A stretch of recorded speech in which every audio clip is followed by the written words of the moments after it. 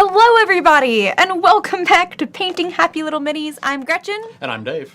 And today we are going to be painting some very differently scaled minis. We are.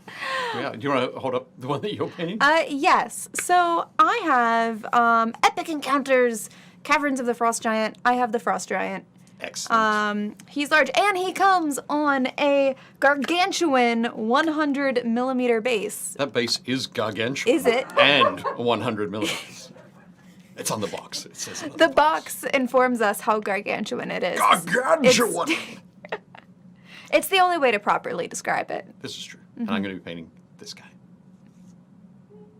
He is the Grimfang Orc King from Epic Encounters, Hall of the Orc King. Amazing. Does he has a little bit, does it say he comes with a gargantuan base? On the other side, it has a little blue thing, just like mine does. It does. It says 20 highly detailed miniatures inside. Oh, that's not So sadly, no gargantuan base. No, here. yeah, no. He has a regular size base. But I am going to show you this. So the box. So these Epic Encounters boxes, there's a mat, which I assume is like the hall. I'd hope so. That would be weird if it wasn't. Check it out. There's the hall. Ooh, that's pretty. You could put that up as like a poster on your wall even. You could. Yeah. Yep. That would be, that would be very cool. So, Hall of the Orc King in the map. There's a booklet that has basically the adventure, the epic encounter that you're going on. It has like stats for all the characters in there. But this one has 20 highly detailed miniatures inside, including 4 dudes riding polar bears. How sweet is that? You missed an opportune moment to say, wait, there's more! Polar bears. Wait, there's more. Polar bears. I'm learning. I'm still learning. It's okay. It's a process. You didn't watch enough of ShamWow as a child. Thankfully, I did not. Absolutely not enough. But yes, so we're doing these. So these are from Steamforged games out of the UK. So these guys have done all sorts of very cool stuff. They did Dark Souls. I think Dark Souls 2, the board game. They've done a number of other board games. Resident Evil. All right. And they've also done Guild Ball, is what they started with. But now they're doing a whole bunch of these Epic Encounter boxes, which is very cool. That's fun. So they have Lair of the Dragon King, I think, or the Red Dragon, something like that. And Shrine of the Kobold Queen. Ooh. So there's lots of place of the monster thing. That keeps it easy, though. Place of the monster royalty. I like place of the monster thing better. I think you should just They're put that perhaps little not all thought royalty. away. Yeah. Place of the monster thing. I'd play that game. I would too. Where are we? Here. We're in the place of the monster thing. Very cool. But anyway. Hello to everyone in the chat. Hello, Chris. Hello, Luca Fio. Josh, JT, Sean, James. Did I miss anyone? Some key up at the top. We do have 2 Chris's in the chat at the moment. Oh, we do? But you said Chris once. Chris time 2. And you had to leave it. You said it once, so it was like, Chris is she squared. just leaving it for them to decide who she said hi to? Distraction. Brad just joined. Hey, Brad. Hi, Gary. But yeah, that's what we're going to be painting today. Oh, somebody's going to have to pick up the pun baton tonight. Some key is only able to look. Pass the baton. Who it's going to be? Yes. You could the size of the minis. For the last 3 weeks is just huge. It has indeed. Gargantuan, even. Gargantuan. That's the base. The base is just the gargantuan. base. If you think of a word larger than gargantuan, that would be the miniature. But it is pretty huge, and I was super surprised when you said, "I'm going to paint this one." I'm not going to finish painting it, but it's been really fun because the more I look at it, the more I'm going to spin it around like a little rotisserie chicken. The more I look at it, the more details I keep finding on it. So like there's just so much. We didn't notice the little swords in his shin, and I thought this was like a pouch at first, and then I look at it and it's actually a deer, and just littered with tiny little details that are here and there and everywhere. So, and Leona did not glue him down so that if I needed to take him apart, I could. And it's really funny because I keep forgetting that. And then I move him and I'm like, oh no. Oh my goodness, what's going on? I'm breaking things. Yep. Excellent. What color is a polar bear's skin? I think a polar bear's skin is actually black to help absorb as much. It is. All right. As much light, because their fur is actually clear, and it reflects the light, and that's why it looks white. Polar bear facts.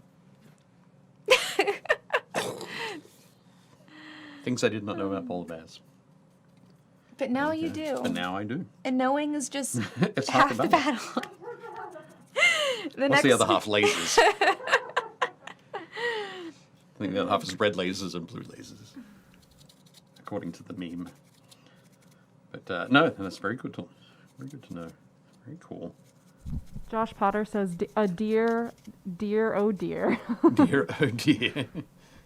What? It's a dear, it is. I try to paint his face first. Excellent. Okay. Get some skin tones going. I'm going to start this mini with a slightly different approach. He's got, there's a lot of detail in there. There's a lot of texture. So I'm going with a light, just a grey dry brush across there so that I can pick out all of those details so that I know where some things begin and where they end. Because there's nothing worse than painting part of a model and then going, oops, that was the skin. Yeah, that's why I'm But gonna that's basically because of some the base primer. colors. Pardon? So that's why I'm gonna schlock some base colors on him. Yep. Not being Sounds like a super plan. tidy with it right now. I just need to see. We were actually talking about my need for glasses earlier. Yeah? I might get some. We'll find out. Okay. I need to go back and get my eyes checked again. We'll come back stronger than ever. Yes. Glasses, eyesight working. I'm just waiting for the moment when I need to buy like 2 glass bottles of Coke. Cut the bottoms off them. Oh no. It will happen one day. But yeah. Contacts are where it's at. What's that? Contacts are where it's at. I just have this thing like anything coming out my eye. It's like I'm accustomed to putting eyeliner on without closing my eyes. I'm not. So contacts would not work for me. Which I don't think would make sense to anyone who doesn't regularly put on eyeliner in the chat. But makeup wearers will be like, aha, a skill. One whole skill. Yep. Yeah, I just totally couldn't do it, I'm sure. Yep. That's not the one I needed. I need this one. Here we go. Schlock is a term. It's one of those fine arts terms. Yeah. I was told. I thought you said schlop. Nope. With a P. Schlock. No, he's got me. He's got my my accent. He can hear me. Yeah. Excellent. Cool. Excellent. It's a fine arts term today. Sometimes I miss being a teacher just because I feel like I would have the most interesting students that would just go off into the world with such a vocabulary. Yep. And some people would say, that's not a real word. And you'd say, well, Miss Settle said it was. In art class, anything is a real word. Real word. I don't know what you're talking about. That's fair. I had a very interesting fine arts teachers, though. There was one in particular who, she was complimenting a classmate's work, and Yep. she said she enjoyed how he moved the sun. so that it could. Okay. Yeah, so that it could so the light in his project could reflect it. And we all just paused for a moment there. We were like, moved the sun? She's like, yeah, I like how you've moved the sun. And that's the day we decided Squiggles was a god. Nice. Yeah. Yeah. It's fun times. You learn things in art class. Excellent. Just before we go too deep down that rabbit hole. I thought schlock was Yiddish for basing material. I would not know that. Possibly. I'm just going to jump in there. Lucafio asked, what are your thoughts about paintballs and vortex mixers for shaking your paints? Or do you prefer traditional elbow grease? I will say that really I just use traditional elbow grease. Yeah, here I use elbow grease. At home I don't paint as much, but it's all elbow grease. The question about paintballs, I'm going to assume that you're talking about mixing, well, basically small balls that you can put inside the paint pots to help help the agitation.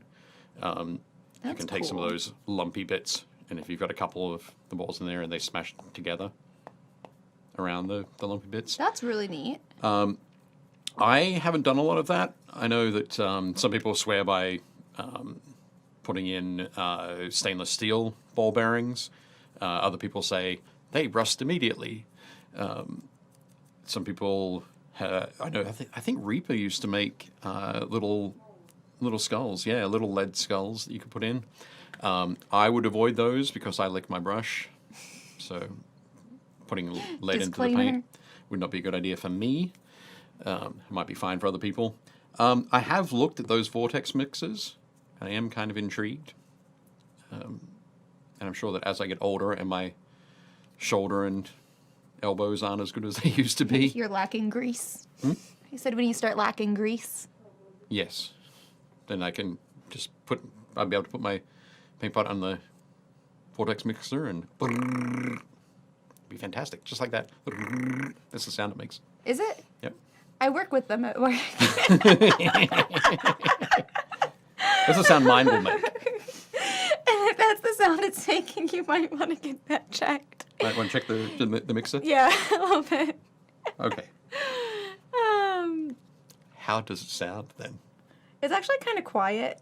Just like a Okay. small vibrating sound. You can feel it. It's such like an intense like vibration mixer though that I can feel it all the way up to my elbow. Okay.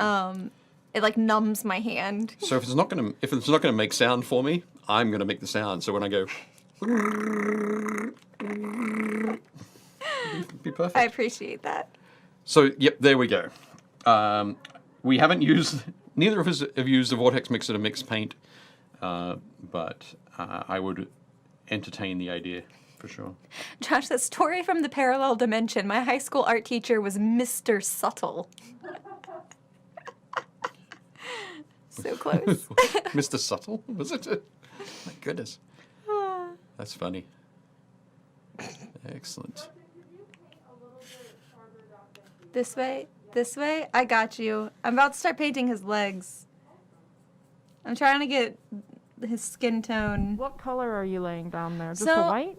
I am mixing, and we're Red light? using VALLEJO, by the way, today. I am mixing ivory with a little bit of sky blue and then a little bit of tan and kind of getting, it looks very, very, like, extra white up there. But it's basically just a little bit of a cooler ivory, really. And then I'm going to go through and do a little bit with the light blue and then try to get a really kind of cold vibe with strategic red usage. Very rosy, kind of like when Okay. your nose gets too cold Sure. or your fingers get I like how you look up like, why would you use red? Haven't you been in the cold, Dave? Don't you turn colors? No. Red, I associate red with sunburn, but I turn no So I get sunburnt, but I also turn red in the cold. I don't know what Right. to tell you. But yeah. Your body is predisposed towards red. I is what just we're turn saying. red. I just turn colors. Okay. No, that makes So- sense. I think that would be cool. And then I'll probably do some shading and stuff with other blue tones to try to really hype up that cold appearance. And maybe I'll take your advice from earlier and give his toes some frostbite on the end with a very, very dark purpley blue. I think that'd be cool. Yeah. Yeah, just some little. Just a little bit, just a little dab of frostbite. You know what color your hands turn before they turn frostbite colors? No. Red. Red. Oh my goodness! It's everywhere. It's good that you've got some there. You've got to use. Very cool. Excellent. I'm starting off with some tinny tin over all of the armor plates. In the artwork here, I'm not gonna follow it exactly, but I'm gonna get fairly close. Let me get it. I haven't even looked at the artwork. I'm It's the like, worst. we're Oh, just that's the shaman.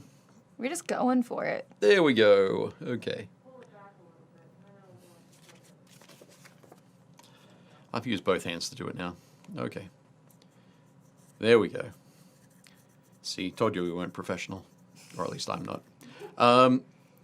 So yeah, on the armor trim there, it looks kind of bone, so like a bone sort of color. Mm-hmm. But I just think that's a very pale gold. So I'm going to go with that. So I'm starting with the tinny tin, and then I'll work to a brass. I don't think I brought my gold tonight, but I'm going to use some brassy brass, and then I'm going to add in some model air aluminium. This is actually, it's not aluminum. It says aluminium. It has the extra I. Uh-huh. So it does. Seriously. So that's where I'm going to start with these guys, or with this guy.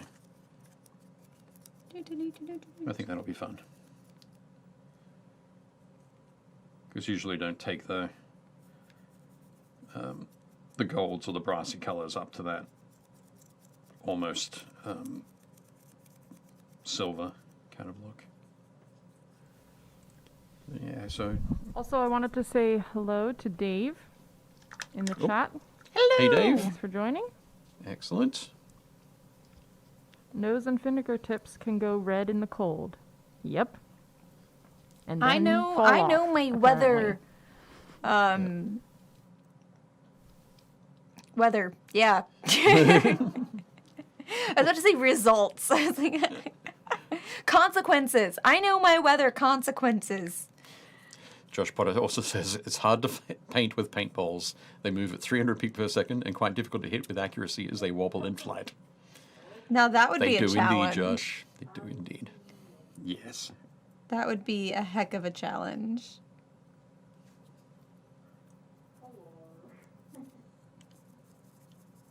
Yep. That would be crazy to try. This guy. I was telling Dave, this sculpt is like the lankiest frost giant I think I've ever seen. He is super lanky. Every time I've seen a giant figure, they're always like swole. And like he's definitely like muscular, but Yeah, but he's not. He doesn't have those. he has like the Greek statue pose with the back of the leg there. Right. Yeah. Yep. Definitely. It looks great there. Okay. Are you focusing on the skin today? I am focusing on the skin Just on the today skin. because I think that will help me be able to see more of what's going on because it'll allow me to focus on different sections. Cool. I think it'll be easier to kind of break this guy down into a more reasonable, More readily achievable yes. kind of thing. Yeah. Like you'll be able to really work on the skin. Yeah, I think so. And actually, it doesn't look bad with the black kind of No, not at contrasting all. And it mini. definitely allows me to be able to see stuff. And again, like I said, I keep noticing all the little fine details. He has tons of scars on his legs too, so that could be fun to kind of pick out. And he keeps trying to, yeah, there he goes. He keeps trying to escape from his gargantuan base. So I think I'm actually gonna pop him off there. Okay. But Is that going to work all right, do you think? I think that's gonna work great. Cool. There's a lot for me to hold on to there. Right. I could, this is a hefty mini. Speaking of holding on, just in case cat pops in and tells me I should be using a mini holder. Lucafio says, love Dave's pronunciations, color versus color, with the two different spellings of color. All right. Apparently, we Yep. need to hear you pronounce armor. Armor. Ama. Armor. Ama. Bloody armor. It's so tough. I can tell you that. Armor. So if I was to say corn, Love. right? Yeah. Say corn. Corn. So let's say, for example, Corn. you worked at an establishment where corn was one of the things you could serve I remember and you maybe tell- put onto a burrito. Uh-huh. And it's there in front of you, and the person who's asking for it can point at it. Yeah. And when you say corn, and you point at the corn, and they look at you like, I don't know what you're talking about. So But I as can soon as you go- understand that. I'll have the corn. They go, oh yeah, sure, corn. I have a mix between like 3 different regional accents, so I just say words. And sometimes people understand those words, and sometimes I get people that look at me very strange. Yep. And I'm like, somewhere on a coastline, that's correct. Which one's up to you? But somewhere between the Gulf of Mexico and, the Bay, that is a word that's in use. Ish. Yep. Nice.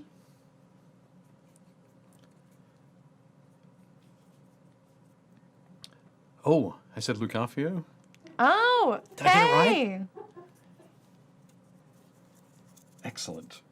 That's it. Between Ding, the ding, two of ding. us, Dave someone's wins. bound to say something generally correct. I win a prize. Surprise. Did I tell you the story about rice? No. No. Okay.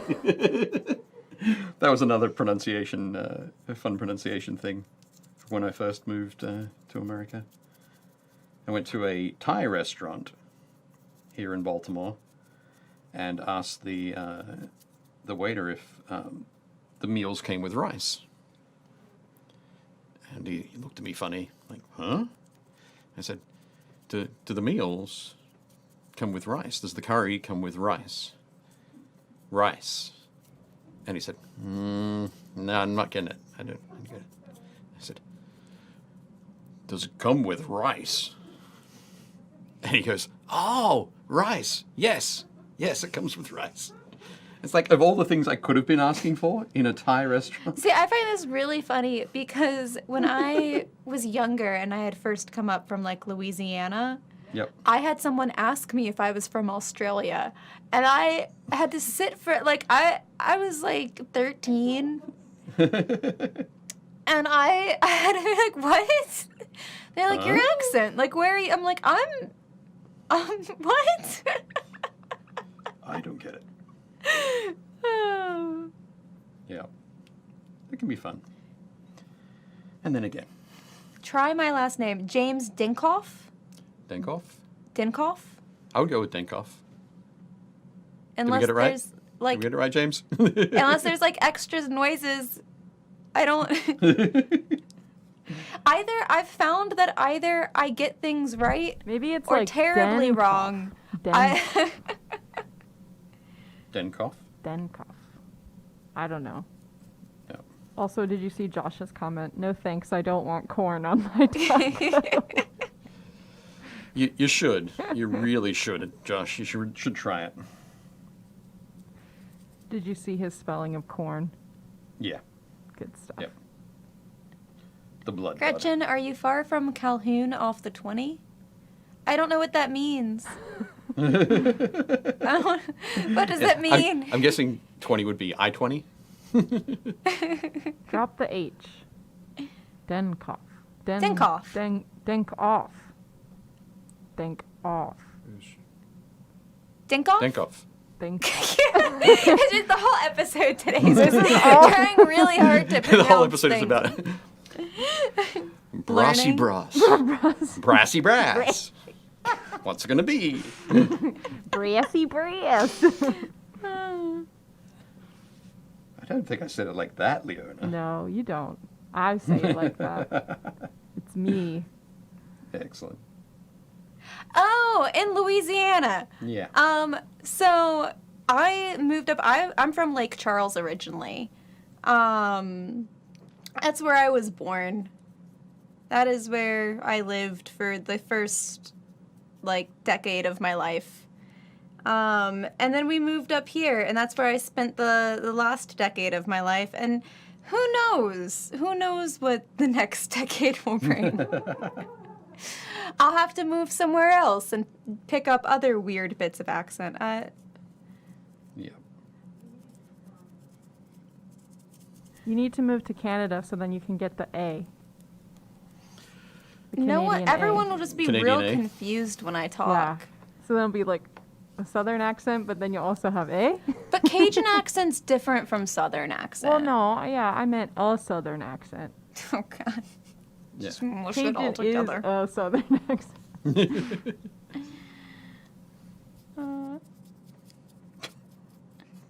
Josh said he doesn't like corn on his taco because the skulls get Germany, caught do in his not teeth. use the H. Smith is sound like Smith. Oh, so it's like a German pronunciation. Okay. Yeah. I should be better at pronouncing German words than that, but Why is that? because of the swordsing. Oh, right. And I have a friend from Germany who tried to teach me really, really quickly for an audition, because I had to fake speaking German in the audition, how to read something correctly in German. That was a very interesting Cliff Notes language lesson. Right.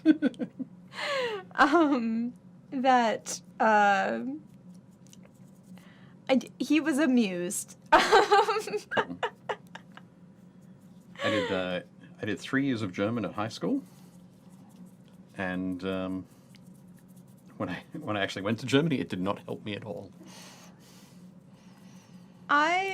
Schoolroom German and conversational German are quite different, even though you were still working with the same words.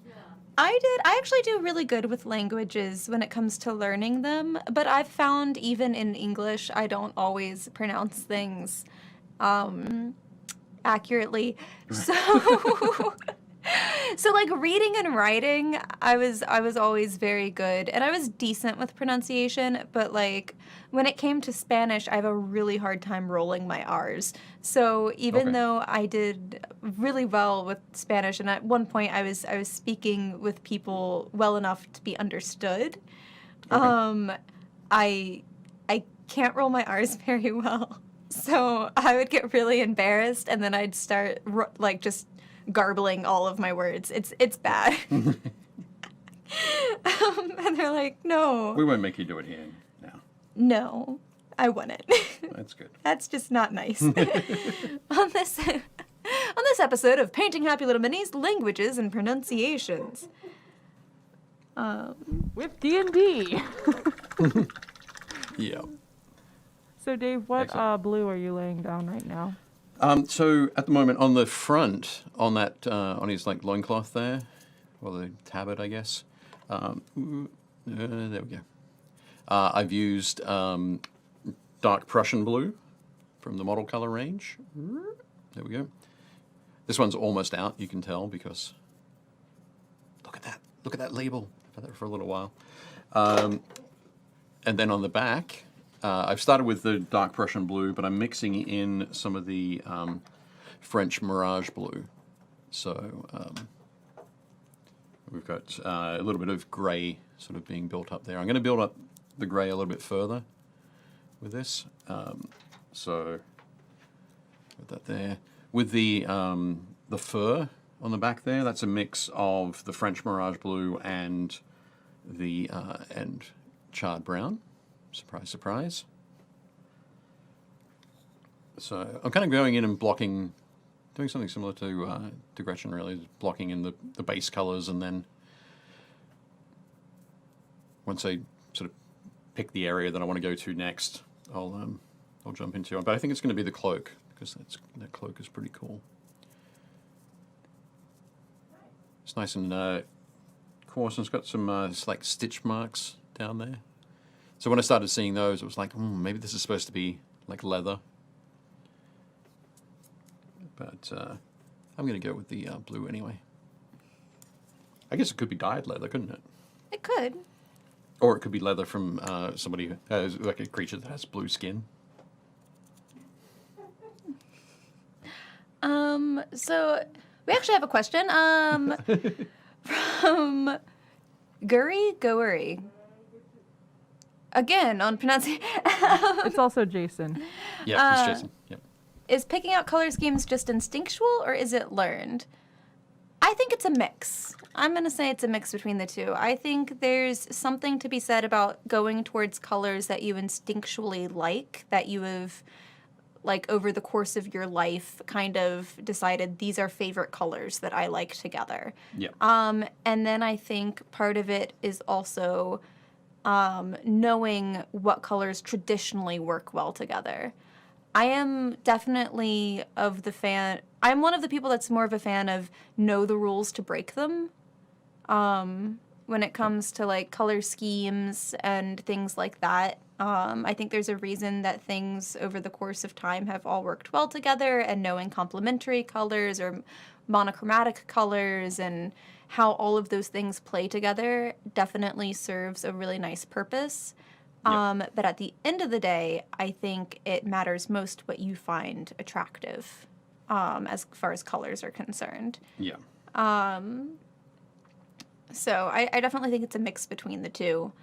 I think instinctually I went for blues because he is a frost giant, and if he was a fire giant, I would have instinctively went for warm colors.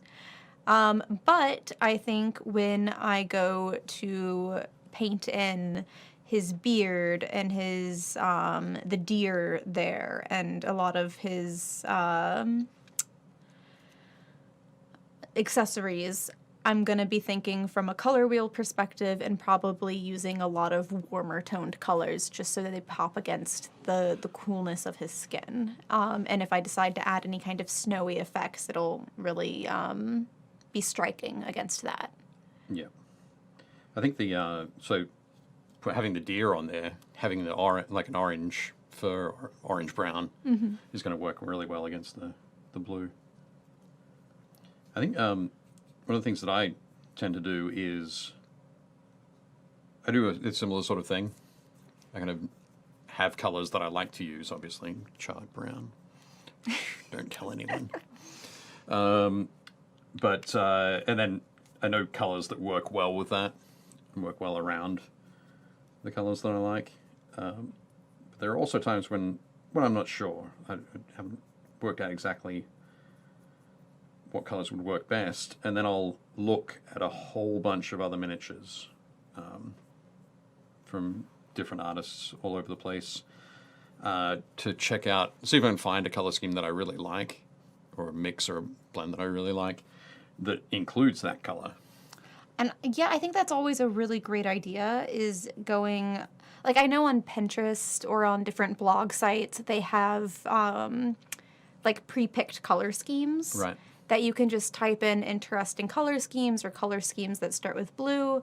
And I mean, they'll pop up just a whole wall of them of just different colors next to each other, so you can kind of get a vibe. And some of them will even have like main color, this blue, and then little accent colors next to it. Yep. So you can get a visual idea. Because I know a lot of people, some people aren't very good at visualizing in their brain. They have like aphantasia and they can't really visualize it. And some people just need that little extra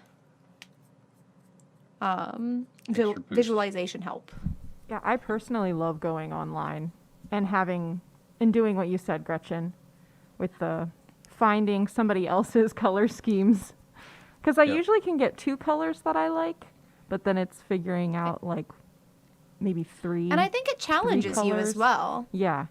Like, it does. definitely gets you out of your comfort zone to see a color scheme that you might not have thought of to use. And also a big fan of using those references. It's not cheating. It's not cheating to use references, especially if your references are just blobs of color. So. One of the other things that I think I mentioned it before, but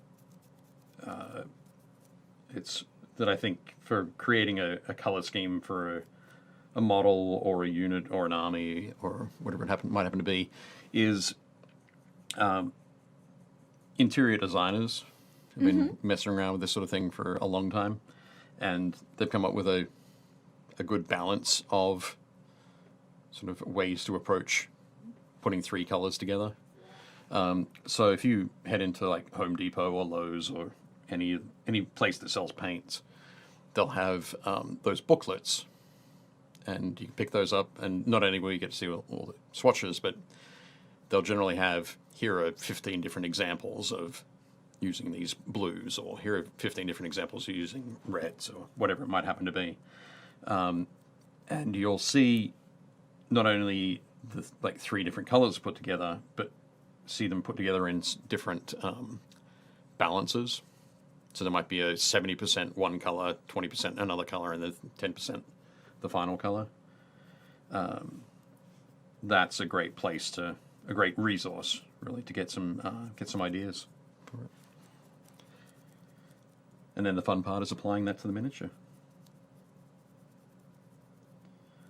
I saw a fun example today where somebody had put some colors they liked together onto a miniature. It was on a Space Marine, and they decided to do the Space Marine was green, and they've gone for like a magenta kind of color on the lower arms, so on the hands and forearms.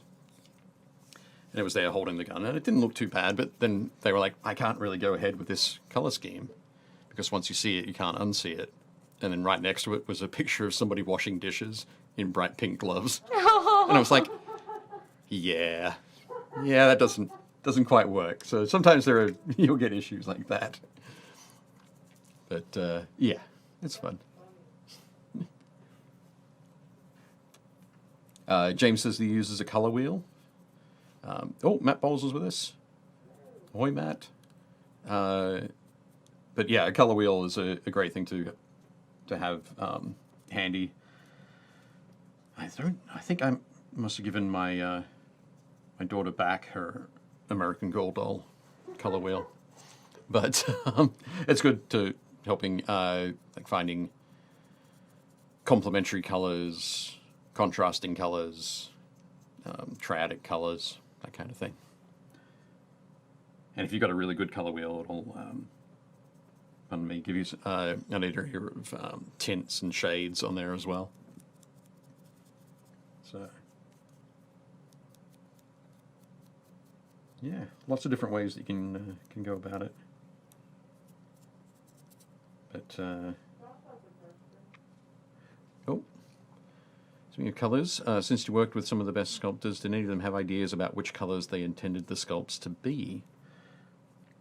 I haven't specifically, personally spoken with sculptors about that sort of thing. But I know that, for example, at Games Workshop, the sculptors often work fairly closely with the heavy metal painting team and talk about what their intent was with different pieces on the model, so that when the heavy metal painting team are coming up with the scheme, they can sort of use that information from the sculptor to create the studio scheme. I'm not sure if that's exactly what you were thinking of, but generally, I think they have a pretty good idea of. They have a picture in their mind of how it could look.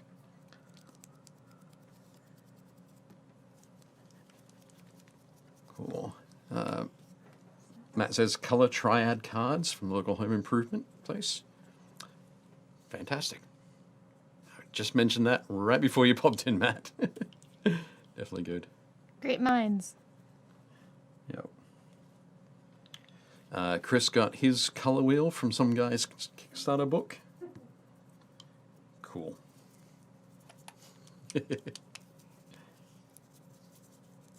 I had to make too many color wheels in college, so I just make a decision.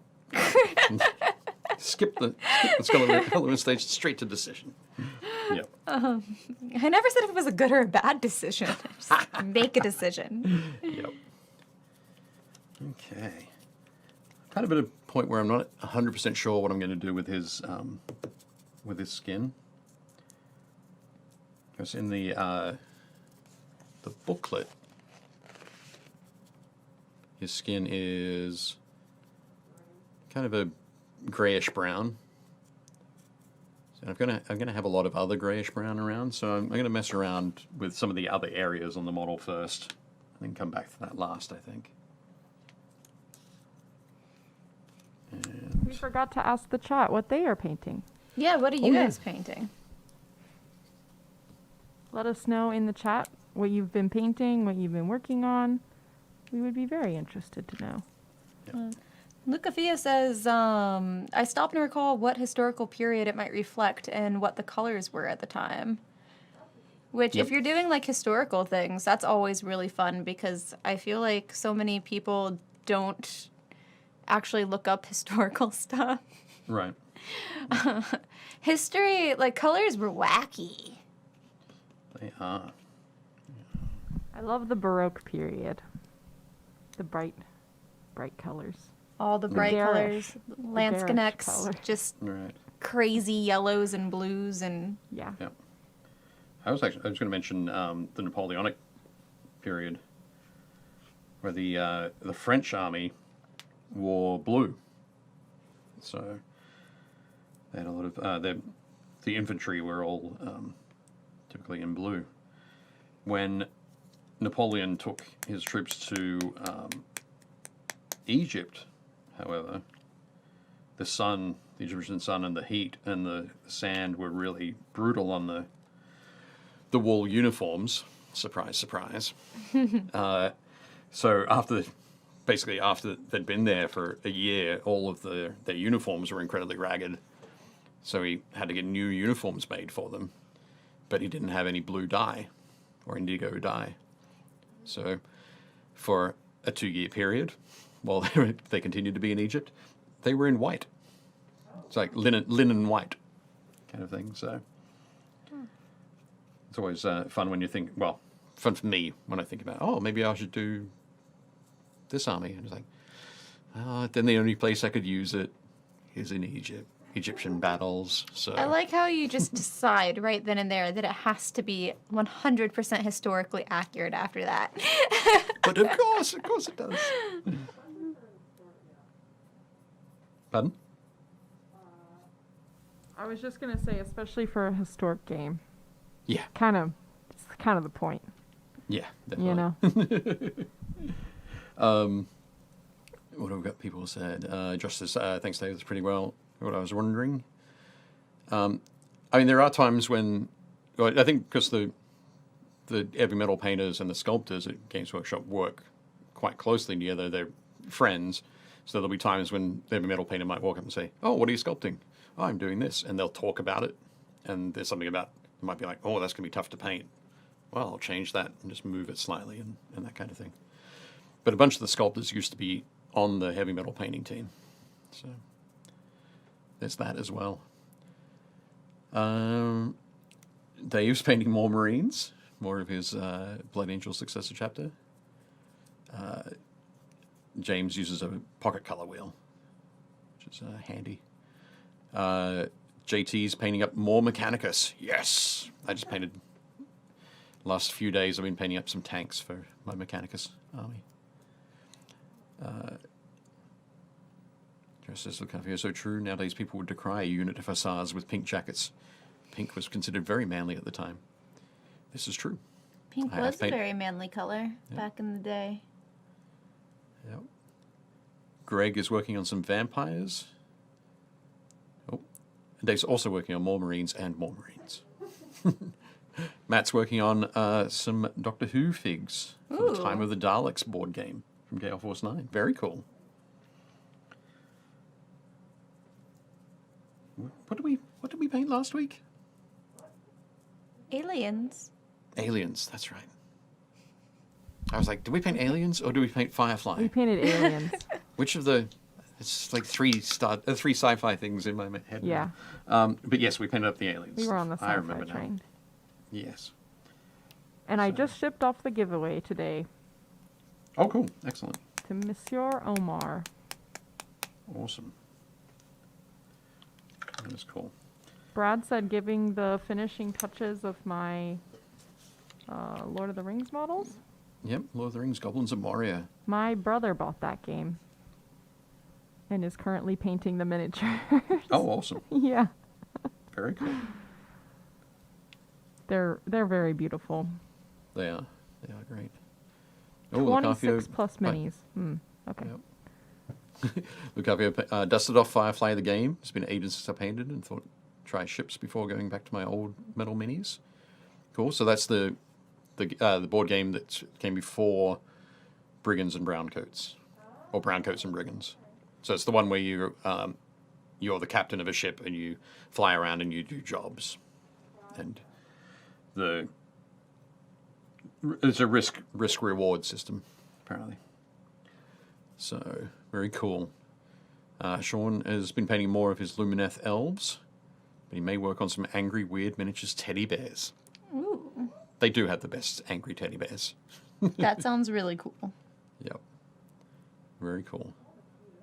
Oh, James isn't painting, but he's making some custom minis. Very nice. Jason's working on a repaint of a spellcaster. Very nice. Matt loves the Moria goblins. Jason's still trying to get a metal mini put together. They could take a little bit of practice. If most of what you worked with before has been plastic and resin for sure. When I had to put together those, We get spoiled by Corvus Leona. Belli. Oh, the Corvus Belli minis. Let me tell you, that was a time. These ones. Yes, those ones. Yep. So I can understand. Leona sympathizes. I sympathize, Jason. It is not an easy task if you're unfamiliar with it. Yep. And Dave says, "Did I say Marines?"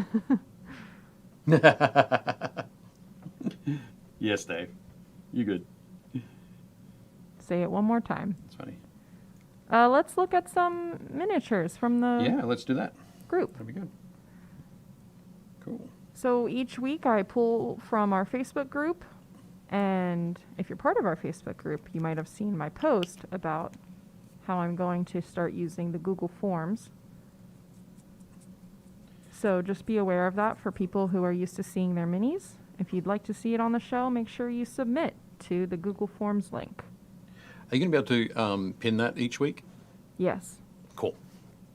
I Very nice. can I'll put the link in the chat right now, but Okay. also I will try and put it in the description each week. Yeah. Okay, cool. Yeah. Yeah. Just quickly, Matt Bowles asked, these from Conquest. They are not. They are from the Epic Encounters box sets from Steamforged games. So I have whole of the Orc King, and Gretchen is painting the sweet, sweet Frost Giant from the Caverns of the Frost Giant. Giant. Giant. Mini. Literally figurative. Gargantuan. Gargantuan Really? base. Gretchen, wow. I thought you would appreciate this one, Gretchen. Allie painted up a star flare, glittery tendrils, because why not? I'm good. I feel like I'm having a positive impact on glitter usage in the mini community. Yep, definitely. I think it looks great. It does. The glitter on the tentacles, in particular, just give them a very much an otherworldly sense. So they're not just like big octopus tentacles. They're something made of star power. Yeah. So yeah, nice choice. It's definitely cool. Oh, Ashlyn painted up her Invicta tactical war suit, which is very cool. She's used quite a few. I think she's also painting a bolt action army at the same time. So painting Americans for the bolt action, but she's got quite a few decals on here from the sort of the US/Allied kind of tanks in that similar color scheme. But I think this looks really cool. It's definitely sort of been through the wars. You can tell the very cool chipping damage along the edge of the armor plates. So I think it's a mix of just painting along the edges and also a little bit of sponging as well. Sponging the silver over that drab, the olive drab there. But yeah, looking very cool. And I love the muddy base too. So nice work, Ashlyn. Oh, Blair. It took forever to find one of these. So this is a, used to be known as the Nightbringer. Now it's known as the Shard of the Nightbringer. So it's part of the Nightbringer for the Necrons. Are the spiders on the bottom added or Yeah. part of the... No, they're added. I like it. Yeah, they are cool. They're scarabs. So they're kind of metallic scarabs. The Necrons have a very, very strong sort of Egyptian-style connection. So scarabs play a big part in the army. But yeah, so this one would be Blair would have pinned this through that base of scarabs. But yeah, looking very cool. These things are quite nasty. So this is basically a splinter of a former god, kind of thing. Yeah, that's a long story. We'll get to the background of the like Necrons in one day. Horcrux. Pardon? Like a Horcrux? Kind of like a Horcrux. No, not really. splinter. Not really. Okay, I think well, it'd be really fun just to have story time. it's Just kind of like a Horcrux. RPG story time with Dave. I've decided it's kind of like a Horcrux. Sure. Let's go with that, Leona. Brad is still working on ether fields. Yep. This one looks really cool. Those sort of perching on the branch there with those chicken feet and the hands, the like the regular arms. But yeah, looking really, really wild. These models are. I think Brad's done a really nice job here. I love the. I think is it glasses? I can't tell if it's glasses or war paint. I love that it breaks up the face and the yellow from the nose just doesn't sweep all the way up into the hair. But yeah, those eyes look haunted, don't they? Very haunted. They've seen things. Yeah, they have seen things. Nice work, Brad. Looks great. Chantel, her first ever skeleton. This looks really nice too. Love the highlights on that purple. Yeah. Highlights in the purple are great. It's got great texture to it.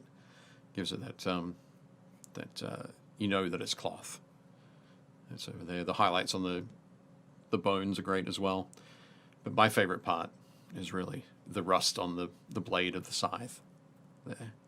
I think it looks really, really nice. It's not over the top. It's just fantastic. Really nice work. Looks great. Yeah. Yep. Excellent rust. Some dude. Some guy. Who dis? Some guy on I YouTube. submitted I grabbed this photo because Gosh, those YouTubers. it What was that? I missed it, sorry, but you can say it again, and I won't take I offense. said, gosh, those YouTubers. All right, gosh, those YouTubers.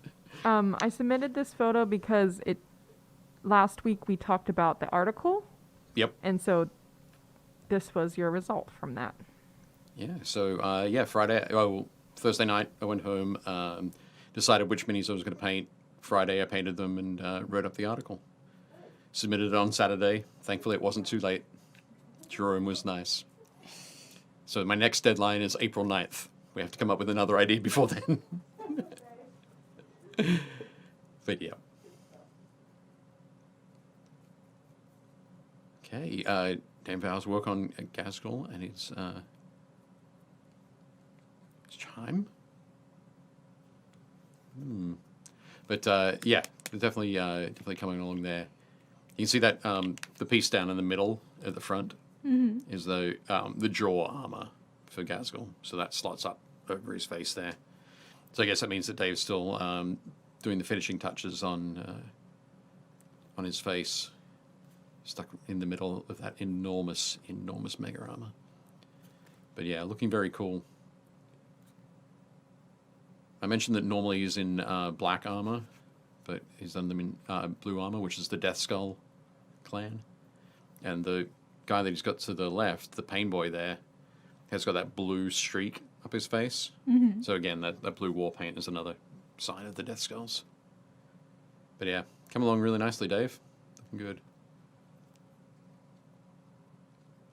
Oh, this is looking cool.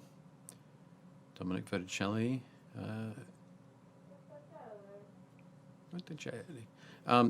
Is this? I like those little pops of yellow on the shoulders there. Yeah. Yep. I think, we've got really nice, very cool model looking here. I was wondering, Matt, it is a cave troll. Yeah, he didn't say where it was from, so. Yeah. The style of armor on the thighs and the arms, and even the head is very Mario Goblin kind of style. Yeah. Especially with the face helmet. Yeah. The helmet, Yep. not the face helmet.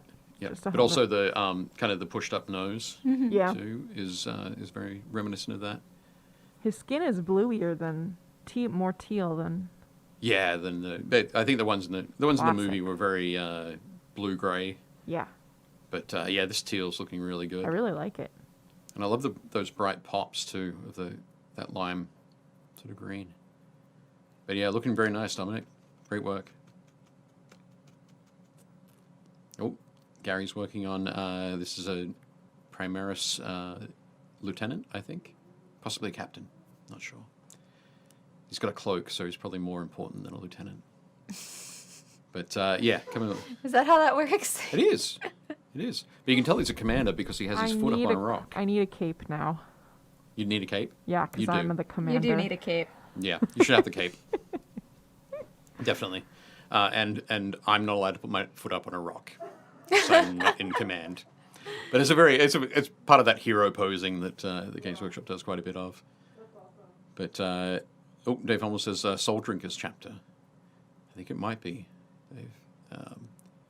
With that purple tending towards blue and the bone there. But yeah, coming along really nicely in there. And Gary's got his painting handle as well. Yep. Yes, Matt says the higher the foot, the higher you are in command. Very definitely. Excellent. So Graham has been painting. Oh, hang on. This is the wizard that I was talking about last week. So cool. Thanks for bringing this back in. Yes, no problem. But yeah, I love the work on this that Graham's done. Particularly the... You going to say? How did he get that cape to look so reflective? I think Is it just that's a metallic blue paint. Oh. Yeah. So I don't think it's a shifter, but it's basically it's a metallic blue. It's not blue mixed into silver, Gotcha. which would sort of diffuse the silver quite a bit, but it's a straight up metallic fleck. blue metallic. That makes sense. Yeah. Because it's really blue, and that's yeah. what's really nice about it. Yep. It's not gray at all. Yeah, definitely not diluted there. But I was going to say, I love the little rat. It's just got so much personality in there. I feel like he's just hanging out. Like, there's nothing menacing about it. He's, like, curious. He's like, is it going to work? Yeah. It's almost like he wants to apprentice to this wizard. So he's like the D&D version of Ratatouille. That's what I was going to say. Even a rat can be a wizard if he tries hard enough. Yep. I'm going to make a whole campaign about it. That's amazing. I'm putting that in my little box of campaign ideas with the rainbow fish dragon. I was going to say, he meets the rainbow fish dragon that says these wise words to him. There's a reason no one wants to D&D with me, and this is it. Could be. But no, I think Graham's done a great job on this. I love the intensity of the eyes and those with those bushy eyebrows above it. But yeah, really nice work. Yep. Yep. Matt says, wait until he gets under that wizard hat. It'll be dangerous. Greg has painted up some Inuit warriors. These are looking very cool. And Greg's done that great thing by adding that pop of blue to the orangey brown in there to break things up. Looking very nice. This is the great thing when you're working with models that have that. There's a lot of natural materials and natural fibers and that kind of thing. Working with a lot of desaturated stuff, so the grays on the pants, the dark browns, the lighter browns. The bone colors, the fur. Yeah, I think Greg's done a great job here. Very nice. Very nice. Oh, Jason has painted up Juliet, a female sorceress from Reaper Bones. And looking very cool there, but I'm distracted by the fluffy otter. Ferret? Isn't it ferret? Ferret, weasel, minx. What is it? I don't think it's a mink. Jason, are you still I think it's still a in the chat banded there? ferret. Hmm? Maybe like a banded ferret or Okay. black-footed ferret. I don't know what a banded ferret is, so I'll I just think like a nod. black-footed ferret is a thing. Okay. Yep. Mossy ferret. Yep. Yep. Very cool. But yeah, nice work there. I like that that you haven't gone with like a more sort of natural red hair, but that Pink. sort of pinkish magenta kind of end of the spectrum or place on the spectrum is looking very cool. I think it's working really well. But yeah, I am distracted by the ferret. Nice work, Jason. Very cool. Oh, Ferret or Weasley from the Familiars. Yep. I like Weasley. You just imagine Ron's been turned into a ferret. Definitely could happen. Yep. All right, so that's all we're going to look at for now, and I'm going to jump over to Gretchen to give us a little look-see, talk about what you've done so far. Some more of that blue. Yeah, what colors have you ended up using? And I dropped my paintbrush, oh, but no. that's fine. I'll grab it. I'll That grab just it for you. So yeah, I have dark Prussian blue, and I have sky blue, and I have ivory, and I'm just kind of blending that in. If I turn it this way. So I'm getting that in where I think all the shadows will be. Where I want all the shadows to be, I guess. Where I've decided. There we go. That's the answer. That's the verbiage to use. Yes. Yes. So if I turn him upside down, there we go. So, where his muscles are and those crevices. Cradle him like a beautiful small infant.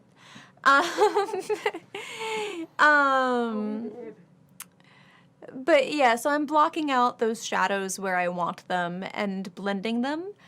And then once I get that done for all of him, where all of his skin is going to be, I'm going to go back through with a little bit more of a actual skin tone.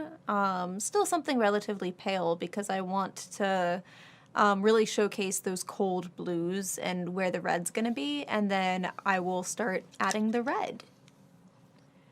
So really blocking those out, and then we'll see what happens. And what are the colors that you're using? Did you? So say I'm that? using, right now, I'm just using sky blue, ivory, and dark Prussian blue.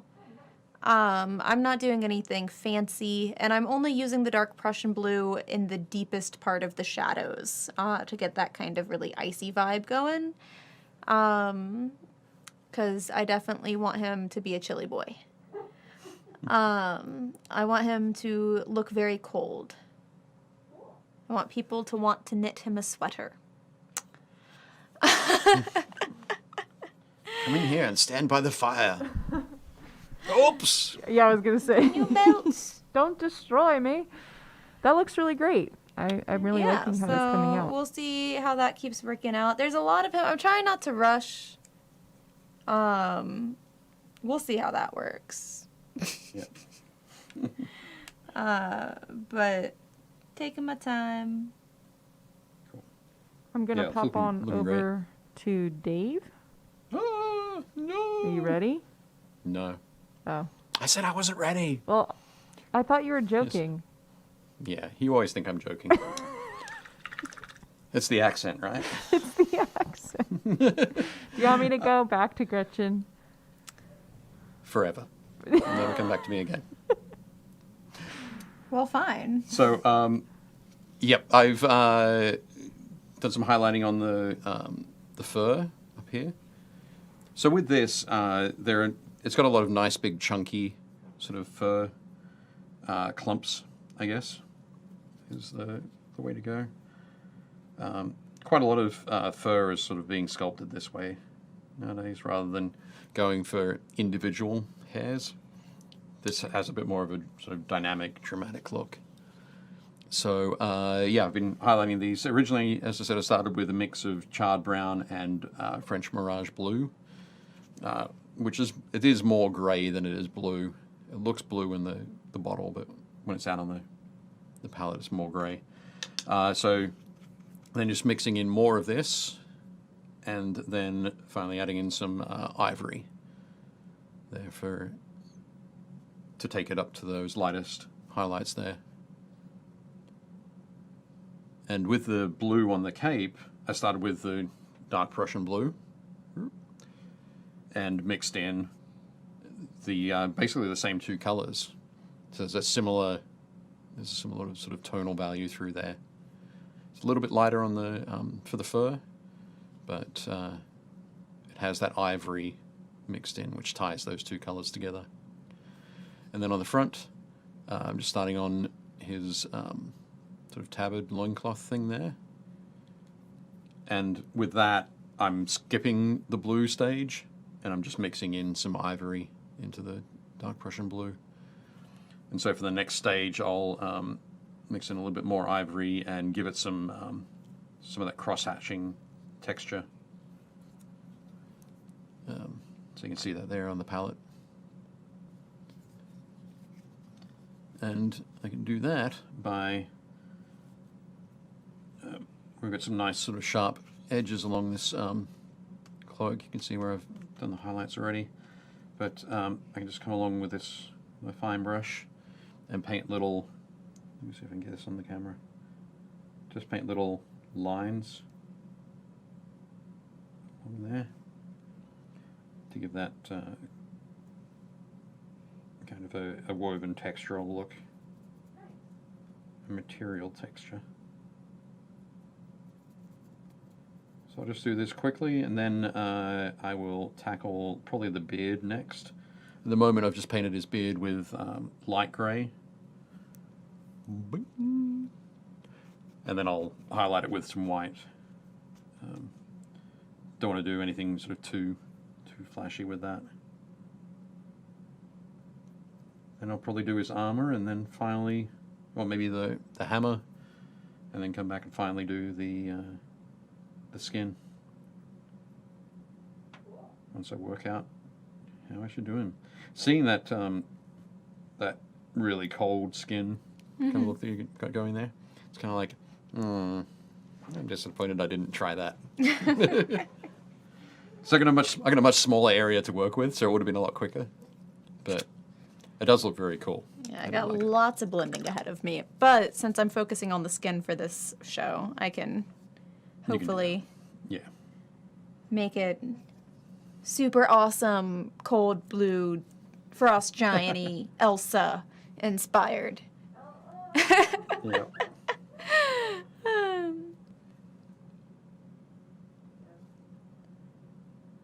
It's It'll look Elsa's fine for that. cousin, Yeah. Elso. In the chat, people were talking about your accent, Dave. No, I'm not from England. It's your thick Brooklyn accent. It's actually it's actually a Baltimore accent. It's a vo- It's from Essex. Yeah, hun. Right.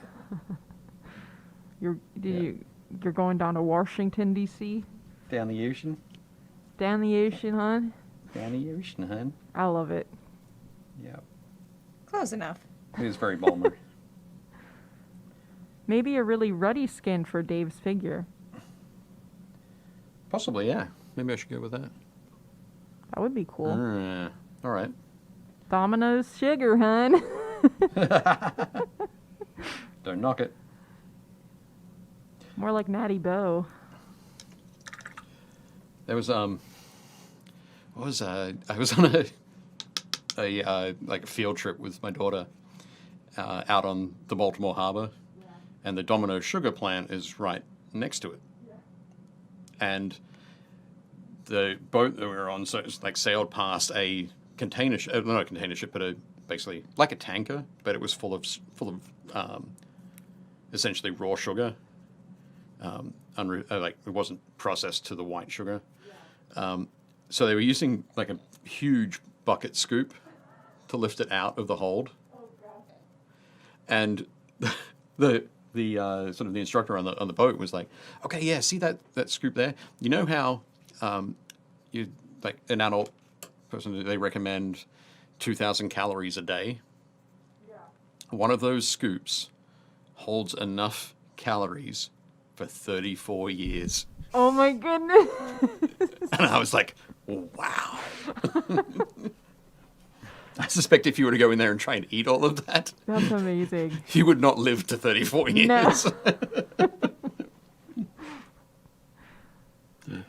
It would be a terrible, The terrible kids thing. are like, that's a lot of sugar. That's awesome. Give it to me.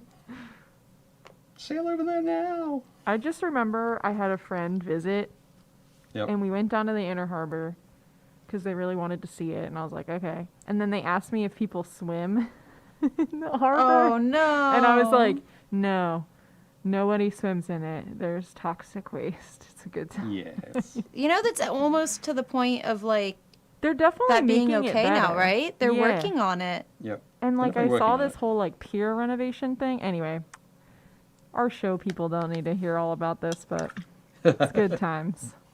Well, it is much better than it was. I think when I first arrived, when I was told you could actually walk across it Yeah, because of all the trash. on the trash. Yeah. Yeah. But it is better now. When I In was a case you're kiddo, it wondering. wasn't as good. It was where you would stay away. Okay. Natty Bow is how I used to get all my tips when I was waitressing. Because we would get a lot of people not from America, because we were so close to Fort Meade. Okay. Yep. And it would be a lot of Europeans who had a lot of ideas about what beer was, and they'd ask for an American beer to try. And I would ask them if they wanted to taste the worst beer available, and they wouldn't believe me. They'd be like, no. Natty Bow is not the worst beer available. You say that. It's not. You have to try more terrible beers. They're out there. But, Probably okay. make a lot of Marylanders really upset. I'm not much of a beer drinker. You almost made this transplant very upset.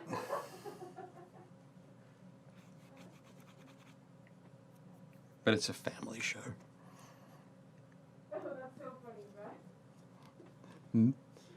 Matthew says, did you see his comment? It may not be the worst beer, but it's in the top 5. I challenge that as well. You don't have to believe me, but it's true. So what's cool about these epic encounter boxes is kind of what Dave said at the beginning, is they actually come with Right. a little story scenario. So they have both the stats for the character, but then they also kind of flesh out the story if you want. Yeah. So it's definitely a really nice like one shot, or even like you know, over the Maybe course of 2 a sessions. couple sessions. I'm just going to just quickly show the booklet if you're able to zoom back a little bit. So this is the epic encounter Hall of the Orc King. Before starting, talks about different things. Talks about difficulty check, and damage level. What do we got? Oh, some cool artwork. Look at that guy. He's angry. It's probably the staples he has down his head. Then it goes on, and you get a little bit of backstory. You get some cool color paragraphs. Talks about the approach to the Hall of the Orc King. The weather. Talks about locations on that approach. What the hunters do, so you encounter them first. Great. The first thing you find is like orcs riding polar bears. Gone fishing, hammering out the kinks. Entering the hall. A feasting table. The fighting pit. The grog store. That's where you want. The cooking pot. The gantry. The high table. All the way through. And then into the stats for the different characters. So a regular Grimfang orc. An ice shelf polar bear. To answer Sean's question, yes, it's made for like it's D&D compatible. Yep. But you could put it in any RPG. Yeah. You just a little bit of adjustment for stats and that kind of thing. But Right. But it is 5e compatible. Yep. Yeah, Oh, the I Epic agree Encounters with team. Matthew. And Epic Encounters is a really nice, or a godsend for. And there we go. There's the Fire, licensing yeah. agreement. Just in case you wanted to read that. But yeah, definitely very cool. We get 2 cooks. Jason was asking about the feet, Gretchen. I saw that. So I do have something planned for the feet, but that's not why I'm not painting them. I'm not painting them because I've just been holding on to them. Right. I've been using them kind of as like my handhold. They have, what I'm going to end up doing with them and why I'm not too worried about the matching so much is, one, I've not been mixing anything crazy, so I'm not going to have a hard time color matching. And 2, I'm going to make them frostbitten. So they'll end up being a dark purpley black anyways, at least on the toes. Yep. With some more red. So I'm mostly just using them as a handhold. Rainbow colored toe socks. We were joking. He does have toenails. I could paint them. Could. With some shifters, maybe. With some shifters. Maybe he has a frost giant daughter, and maybe he's a good dad. Okay? Or maybe he's just fashionable like that. Yeah. You don't know Any his number of life. reasons. Yeah. His life, his And it'll be choices. fine. All good. Mostly I've just been slapping on some shadows. I think I'm actually going to go and start blending in a bunch of skin tones. So we're going to take that blue and we're going to make it a lot more subtle.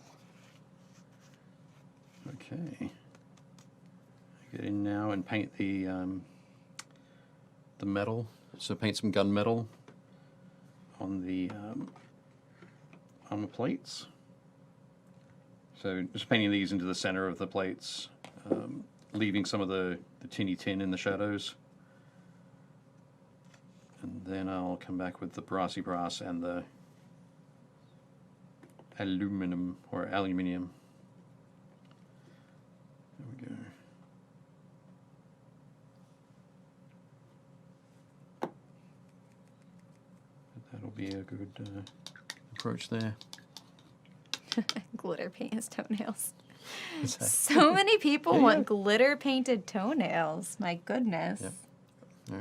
Matt's suggesting rainbow-colored toe socks. Those used to be the coolest thing in the whole world. Yep. They go out for Frost Cosmos. That's funny. Yeah, and people keep trying to attack him. It's not fair. Matt asked if the hammerhead will be stone or metal. I'm thinking I'm going to go for stone on there. Yeah. Probably stone. So I've painted some metal straps around it. And then yeah, I'll paint stone there. So again, that'll be a little bit of grey. Gotta get this armor painted first. Shouldn't take too long, I'm hoping. But there is a lot of banding around the edges of the plates. So hopefully I can do that fairly quickly. Yeah. I think this is definitely cool. The orcs as well in this set have a very very particular, very like quite reasonably unique look. So they're not the standard sort of green skins. I guess there's a little bit of a World of Warcraft kind of vibe to them. But even so, I think they've got their own unique thing going on. I feel like with the shape of their skull Okay. feels World of Warcraft to me. I don't know. Yeah. Possibly. Also, like Sean had said that he's starting a 5e D&D campaign. All right, cool. That's super awesome. Excellent. These would be great, especially in the beginning, to like get your party all together if you don't want to start your huge story yet. Oh, definitely cool. The last time I bought anything was 2e. I have some catching up to do. It's okay. Well, the cool thing is you don't have to then go through 3, 4, Correct. or 3.5, 4. You can just go straight to 5. You can just go straight to 5. And 5 is really easy, honestly. It's like almost too easy. Too easy? Well, Oh, better be careful. They might make it hard on you. yeah. It's very, what's the word? Accessible, which is great. Right. Yeah. That is good. So you can really jump in. They made it so that like you can jump in and not have to have a lot of background knowledge. Is Dave's Mini on a 1-inch or a 2-inch base? I would say that it's about 32 mil, roughly. So it's kind of the size of the new Space Marines are on. It's roughly that sort of size. So, but yeah, so it fits in the standard sort of Citadel handle nice and easily. So if you had to come up with a word that wasn't gargantuan for your base. For my base. Yeah. Adequate. Check out the Grimfang Orc King, mounted on his adequate base. Adequate 32mm base. Is he an Orc King or a Dwarven King? He's an Orc King. Whoops. I labeled him Dwarven. You labeled him Dwarven? Why did you do that?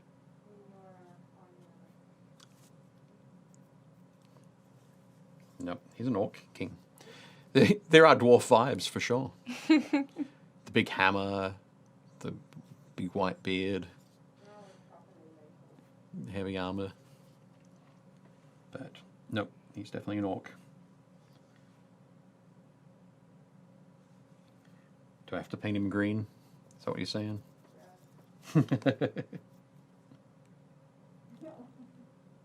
The only orc for me is a green orc. Right. My lord. There we go. Let's look at the rest of our minis. Let's do that. Cool. Thank you, Jason. It's spelled Dwarven, but we pronounce it orc. Yep. Appreciate that. Exactly. Okay.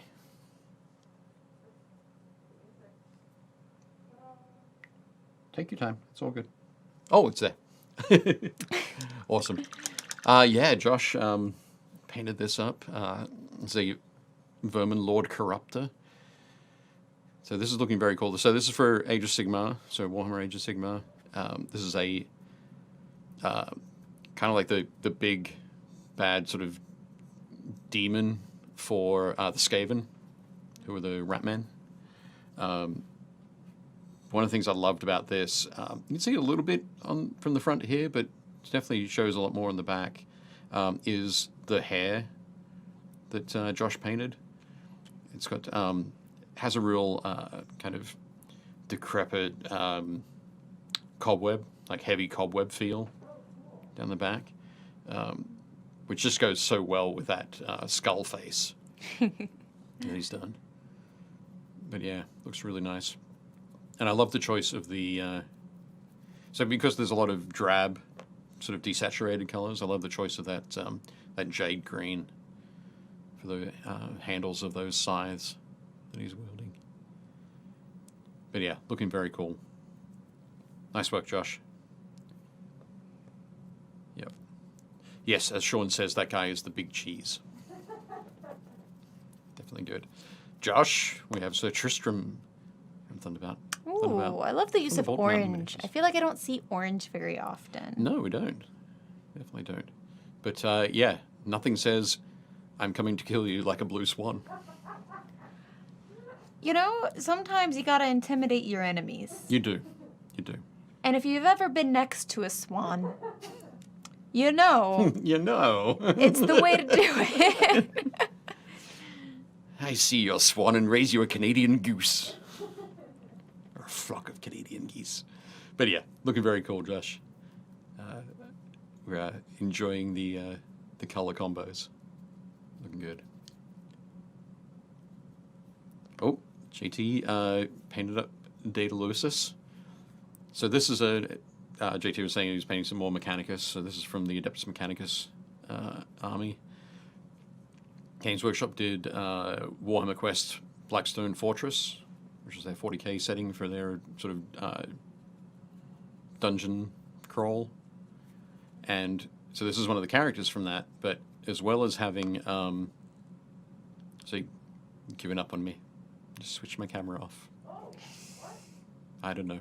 There's a button you accidentally pressed. I say accidentally to give you the benefit of the doubt. But anyway.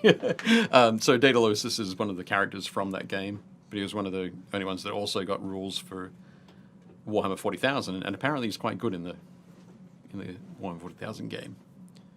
So there's a lot of people who have been painting this guy up. But JT's done a great job here. Very nice.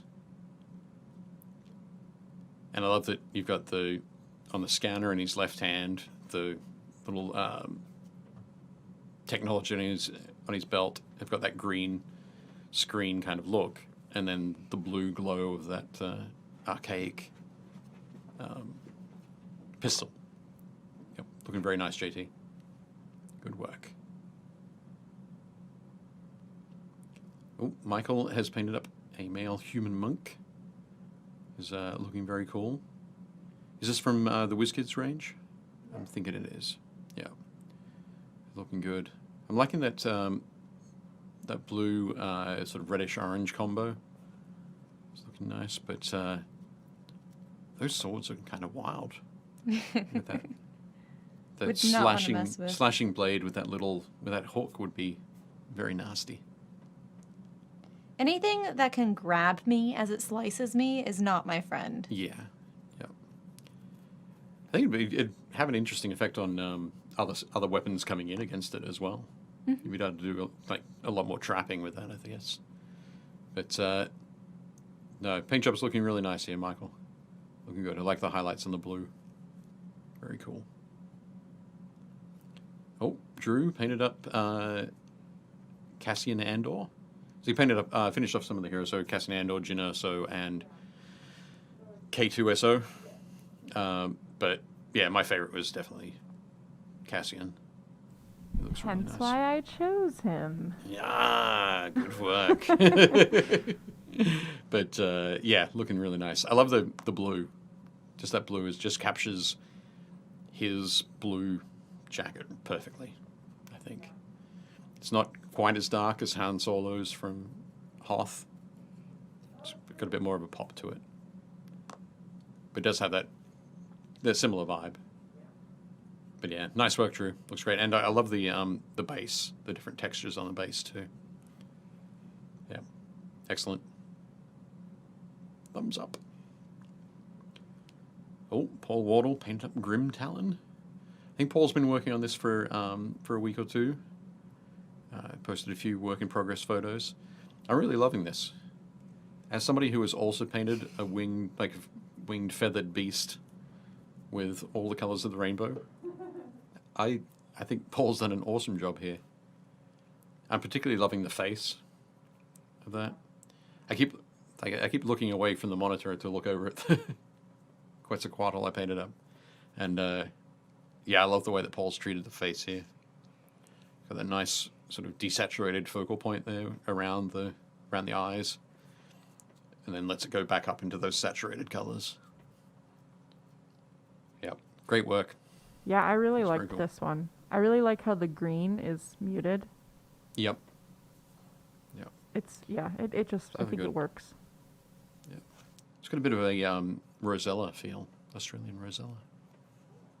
But yeah, nice work.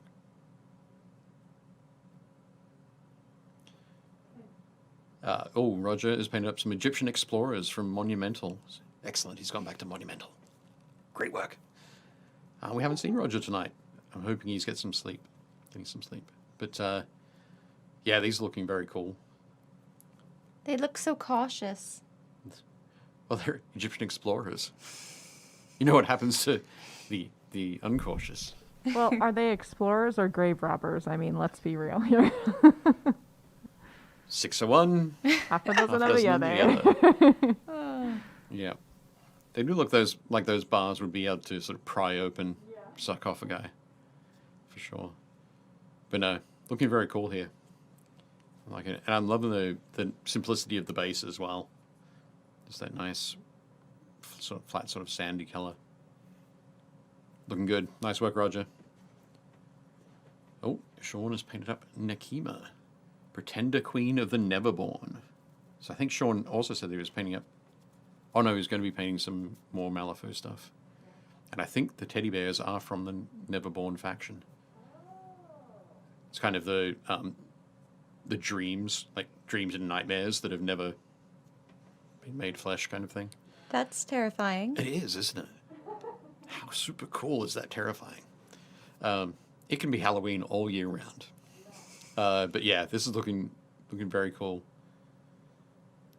I like that there's a nice simplicity of the scheme. There's the red, the purple, the blue, all working very nicely together there.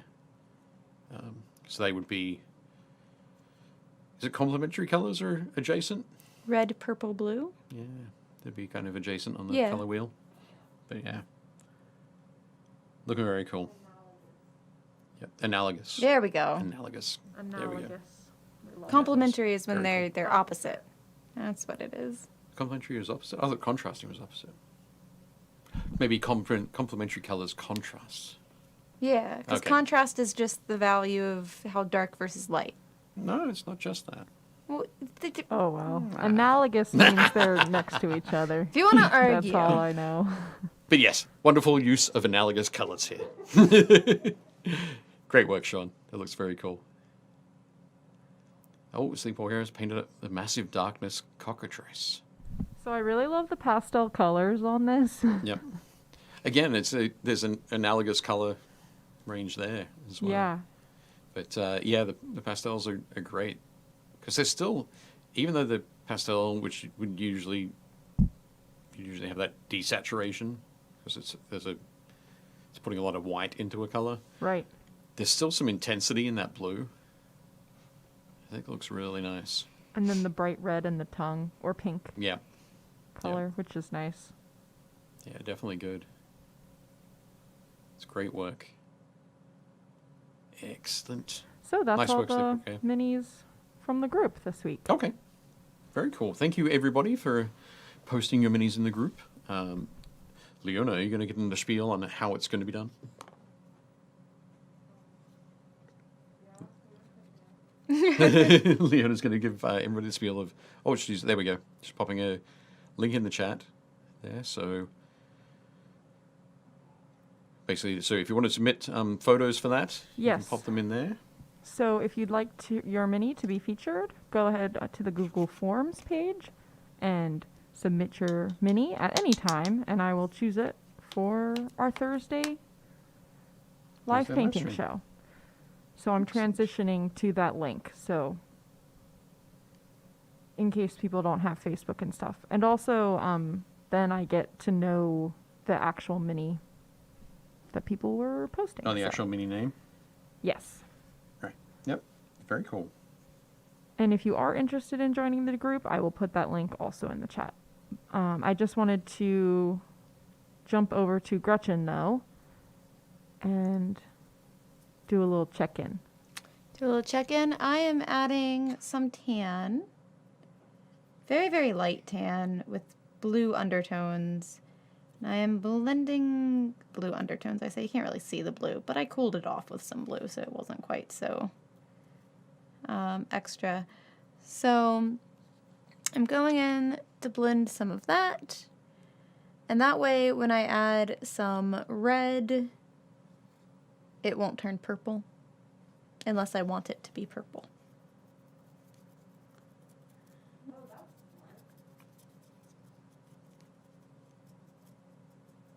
What are you adding the red to? I'm to not doing turn a it little bit of So- skin tone yeah, there's down the- Oh, okay. first, There's so a that I base have first. something to blend it in. So That's then not the blue doesn't immediately turn purple with the red. Right. And I was thinking, that's smart. I wouldn't That's think very of cool. that. I would just keep having purple Why isn't this going red? and be upset that it wasn't red. Yeah. And like, So is I that want the him to bone look color? alive. I don't want him to look dead Yeah. or corpse-like. Here we go. There we go. That shows off So colors is that better. that's mixing some red in. So you got it on the elbow there. Yeah, that just mixing red just in? where the I'm gonna put the flushed bits of him, where he's gonna be super cold, and I might tone down some of the blue a little bit in the process, but I don't mind that if it's Yeah. more of a subtle thing. Most of the this way there. Most of the dark blue bits are deep in the shadows, and I feel like when he's standing upwards, Yeah. it's going to be a lot less of a harsh kind of. blue I also transition. feel like it's a lot bolder up on that screen than it is in my hands. Yeah. Like I'm looking up there like, did I really do the blue that harshly? And then I look at this and I'm like, it's there and it's definitely blue, but it's not so bright in my hands. Yeah. But I think as well, once you've got once you clean up that edge where the flesh meets the clothing, Oh and yeah. then start painting the clothing over the top, it's going to knock that back even more. So I think that's all good. Very cool.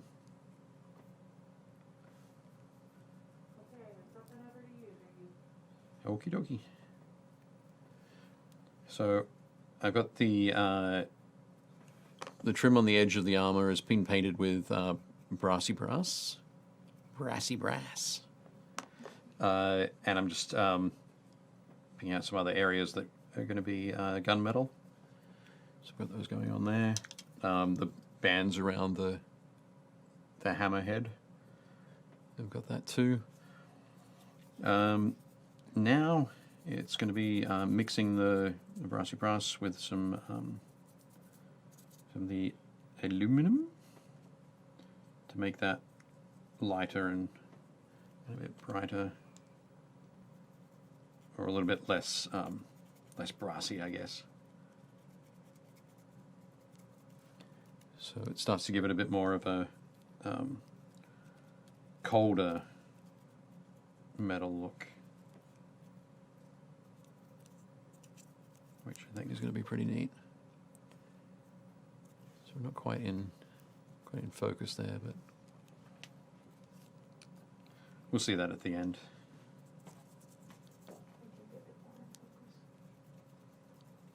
But yeah, so that's just mixing those two paints together and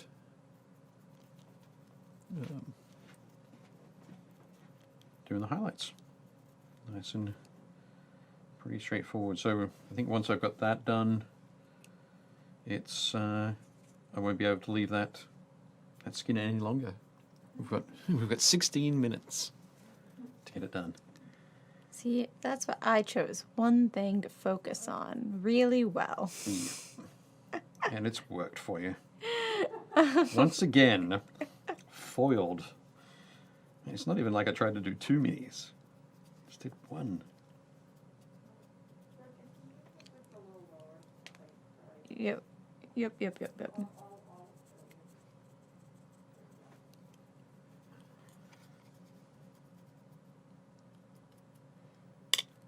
that highlight on the calf. Some people in the chat were asking about the cutoff time for minis to be submitted. To be shown? Yep. Wednesday at 4 p.m. Eastern Standard Time.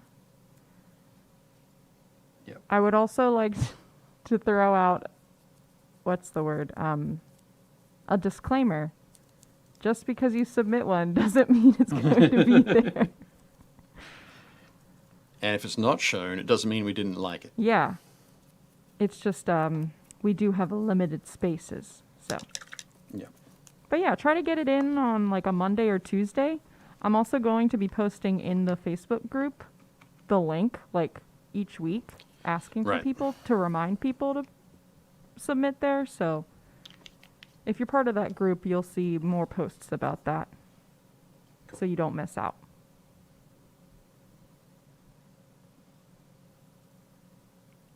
Matthew says, kudos to our painters today, which I agree. Kudos to you guys. What you can complete in 2 hours is incredible. Lots of practice. It is. It's definitely lots of practice. Thanks for joining us, Matthew. We appreciate it. For Dave, it's practice. For me, it's just the adrenaline.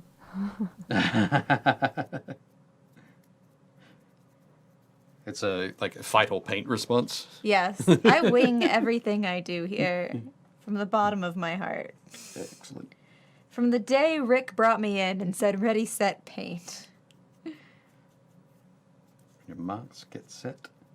Have you ever painted a mini before, Gretchen? Nope. Well, you're going to today.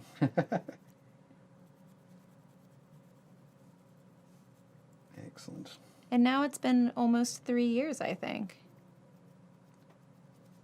Yeah. I can't remember. It is a long time.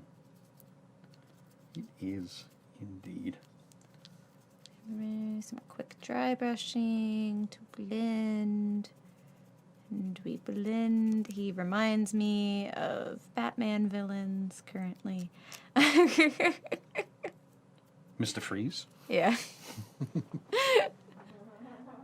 He's getting there. He's getting there. But now we're going to add... Now I can't think of any of Arnie's one-liners from that movie. Gosh.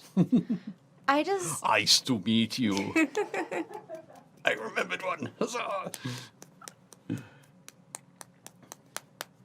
Very cool. Let's see if I like this shade of red, or if that's a horrible idea. Barlington. Looks like an artifact found in Antarctica. I think so. Has that frozen body look to it. Good. Ice is nice. Chill out. Thanks for that. Very cool. Okay. I think on his stone hammer here, I'm just giving it a bit of a highlight and then just giving it a nice edge highlight as well to emphasize those chiseled lines on it.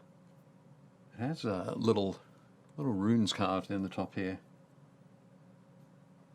So I'm wondering if this was a something else, or if these orcs are actually spend a lot of time crafting their gear. They might. It's pretty advanced. Okay. So should I go with the kind of the grayish brown skin? Do you think, or should I throw a little bit of green in there? I'm tempted. You know where Leona's about that green. I'm all Okay. about that green. Okay, I'm going to go with some olive green here. So, olive green. A lovely choice. Yeah, because I'm working with a lot of. The picture itself is very desaturated. Yeah. So I've been working a lot of desaturated sort of stuff going on, and so I think I'm going to start the base with a mix of charred brown and the olive green.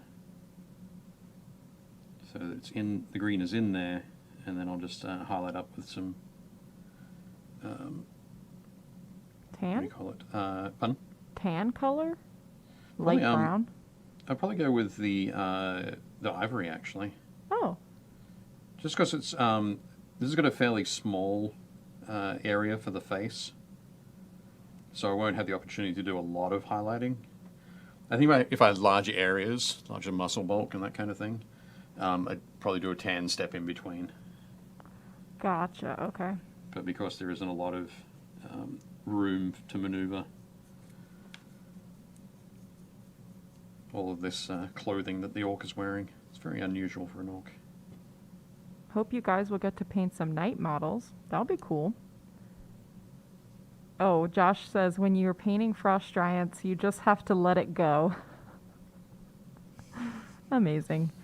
Nice work, Josh. So what's on for next week? That's a good question. I was thinking we could paint up the war band. Hmm? The war band for Mythic America. Okay. Mythic America's war band. Right. The which ones do we get? We got the Aztecs. Yes. So the Aztecs and the Let me run and look. need to check it out. Let us know. Leona is literally running. She's gone. She's not at the desk anymore. We can say all sorts of things now. Should we? been set Let's do free. it. We've been set free. Quick. Let's no. Let's not. Might need to add a little bit more green into the space color. Oh my goodness, she's running again.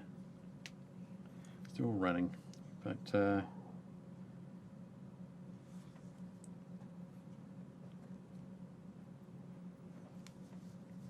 there is a bit of a green tinge to this. Hopefully it'll show up in the photos. I don't know if it'll show up on the spinner, but So it's the special edition. It's a unit of Mohawk warriors. oh, cool. Yep. From Mythic America. Excellent. By Warlord Games Yes. and Mythica Studios, who are up in New Jersey. Very cool. Yeah, I think we could do that. That would be neat.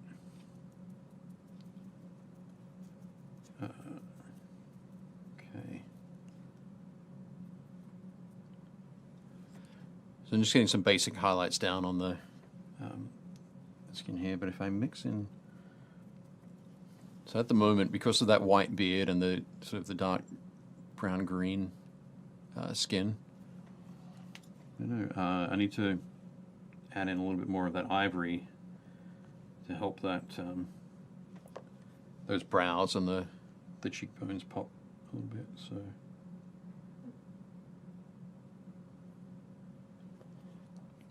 it's kind of funny because it does have has a very small scrunched up face, so it's a little bit like the Grinch.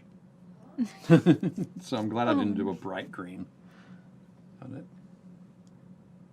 That would have been a bit rough. There we go. James says he would like to see warbirds of World War II. See which? Oh, warbirds. World War II. We haven't painted any planes. We've painted X-wings. We did paint X-Wings. That was a fun planes. time.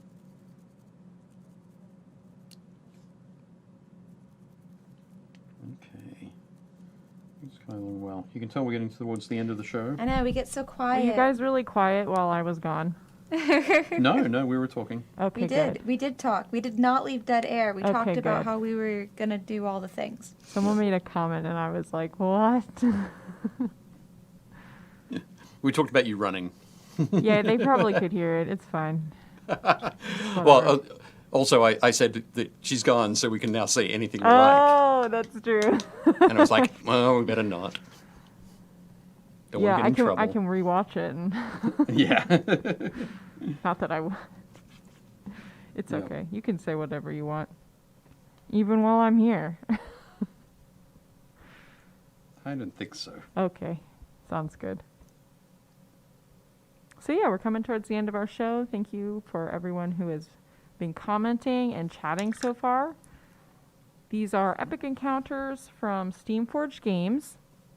And I'm hoping next month to have like a giveaway for one of their box sets Oh yeah, that'd that be we cool. were given. So keep an eye out for that. I will make sure to post up in the group. If you're not part of our Facebook group, make sure you join. Oh, I should have heard the awful things they said. Oh, awfully nice. Indeed. Indeed.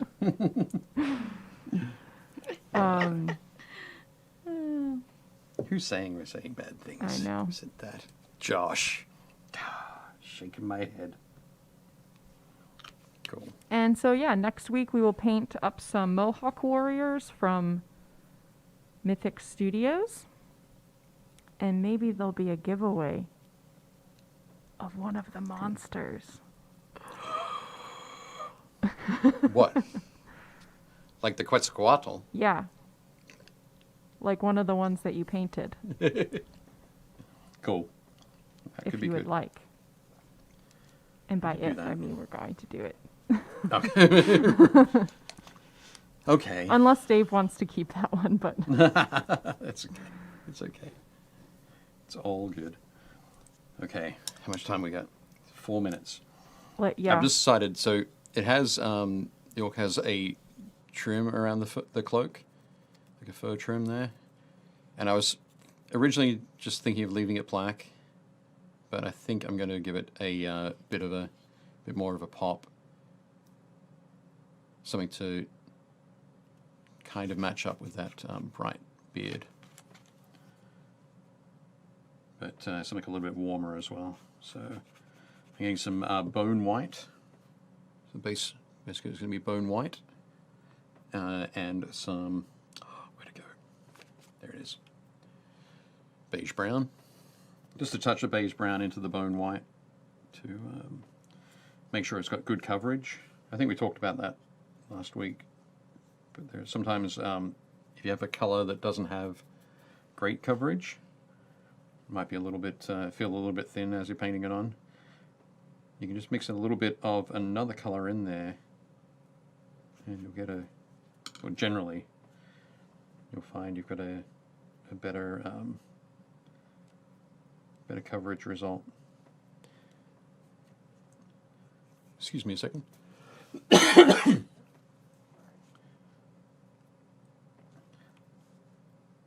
Throat is getting a little bit dry from all this talking. All the talking we did while you were away, Leona.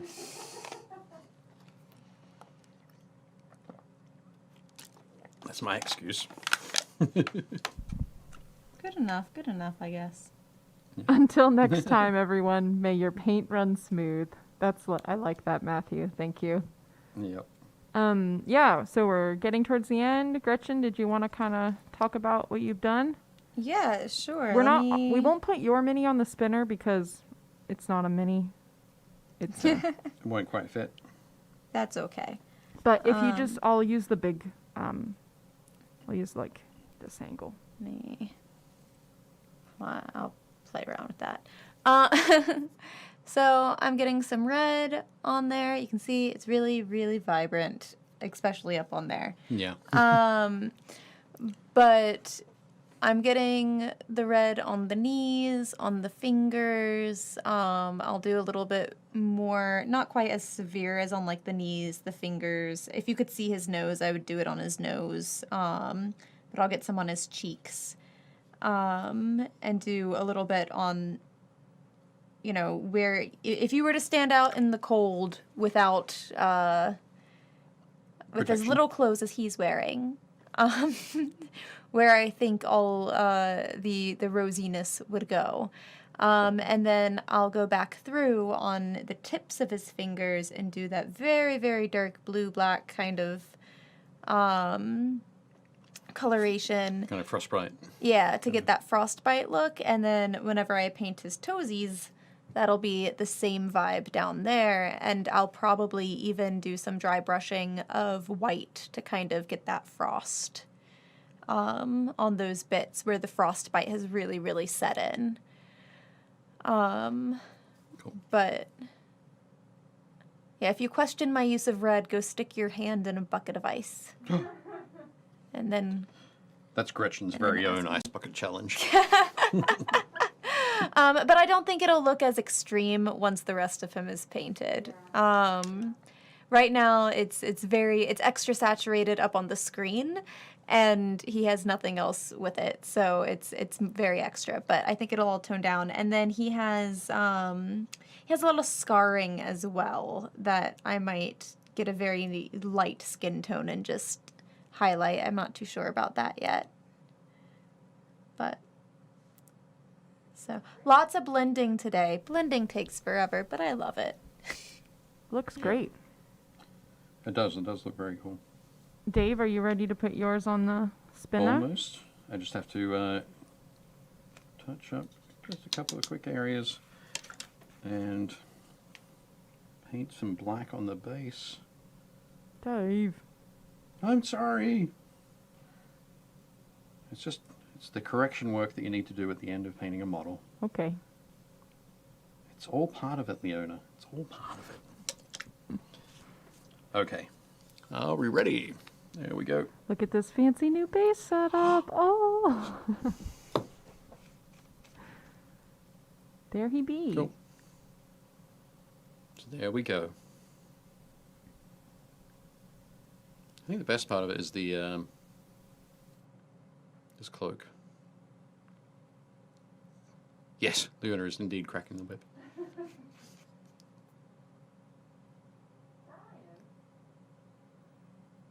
Cool. Thanks for joining, yeah. Brian, right at the very end. Very cool. It's yeah, I think again, because it's got that brighter green behind it, that it sort of knocks the green out of the skin, but you can still see it there. It's got that green brown kind of look.